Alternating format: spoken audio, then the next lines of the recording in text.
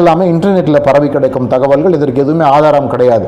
தமிழகத்தை பொறுத்தவரை திமுக அதிமுக இரண்டு கட்சிகளுமே ஒரு குறிப்பிட்ட நபர் அந்த கட்சியை தாண்டி வளர ஆரம்பித்தாவிட்டால் இது போன்ற சேற்றை அள்ளி வீசுவார்கள்ங்கிறது எல்லோரும் தெரிந்தது தான். அப்படி ஒரு விஷயத்திற்கு அண்ணாமலை பலியாகி இருந்தால், அதற்கான வாய்ப்புகள் இருந்தால், அப்போ தேசிய தலைமை அவரை விட்டு கொடுத்தாதுங்கிறது தான் கலை யதார்த்தம்.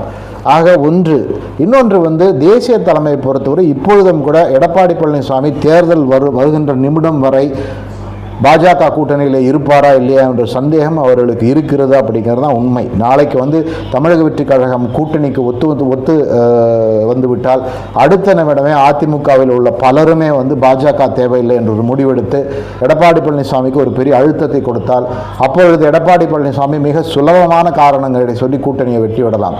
என்ன சொல்லுவாங்க, மைனாரிட்டி வாக்குகளுக்கு கிடைக்காது, இன்னும் சொல்லப்போனால் பாஜகவோட ஒரு தலைவரான ஒரு வானதி ஸ்ரீனிவாசன்